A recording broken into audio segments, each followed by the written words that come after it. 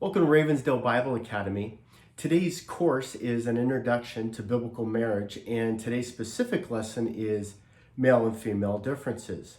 Now, we see this principle in all the way back in the beginning in Genesis chapter 1, beginning at verse 27. It really is the reason why God created males and females. And in verse 27, it says this.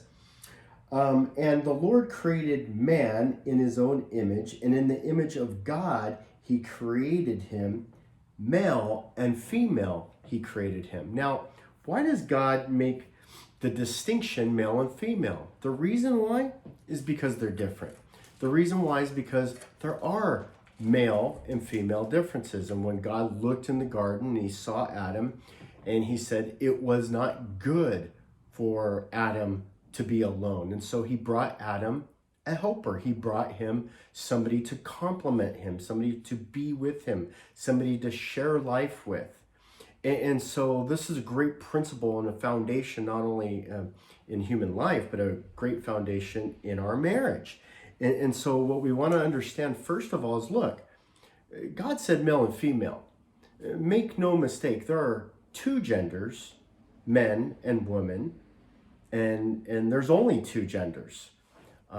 We can see this scientifically. The scientific proof, the scientific fact is a biological one. And we only have two biological, we have males and we have females.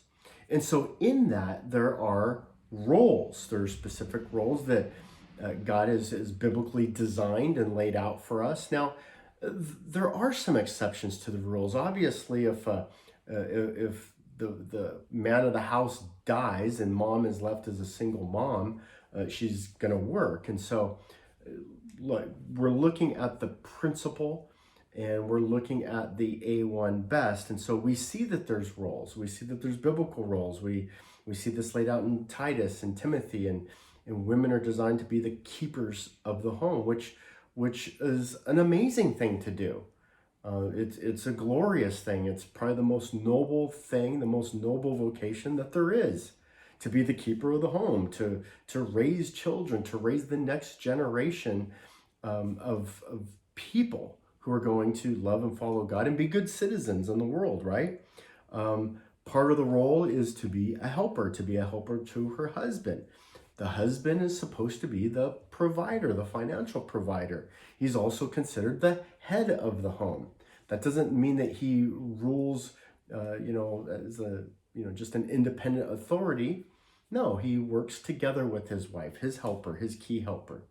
We see that there's unique spiritual gifts that God gives male and female, that he not only can interchange those different things, but what we really want to look at here is that there's differences. Differences are okay. Differences are acceptable. One of those differences we see are spiritual gifts that God will bless different people with. So it's not a better than thing. In fact, we see in 1 Corinthians chapter 12 that the body of the church is given as the example. And what's more important, the eye, the nose, the ear?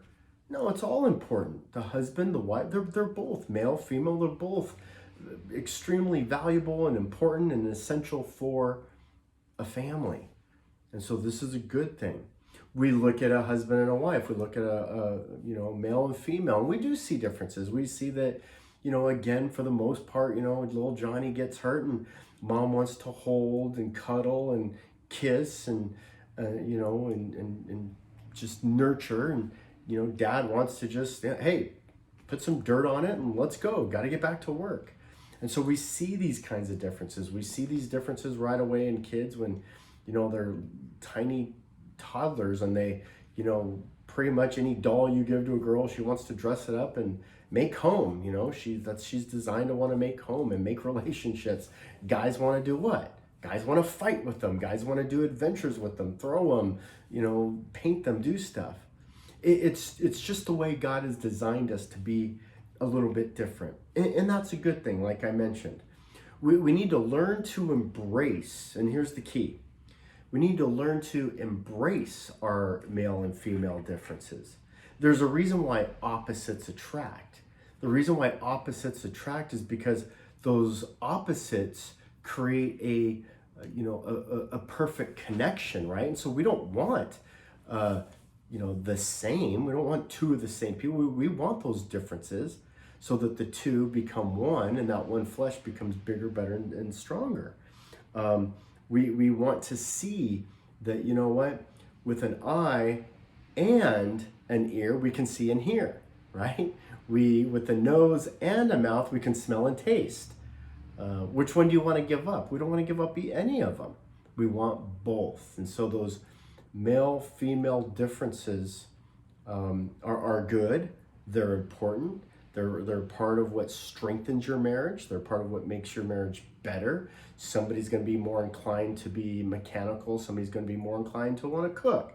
Somebody's going to be more inclined, right, for, A, B, C, and the other one for, X, Y, Z. And so part of what we need to do in our lesson is learn those differences. Learn what naturally are probably going to be the male and the female differences, and we begin with those, and then after that we can get more into the individual, because there will be some carryovers, and individually speaking, we don't always fit those stereotypes. And so for a powerful, a better, a more complete marriage, we want to know and recognize and embrace male and female differences.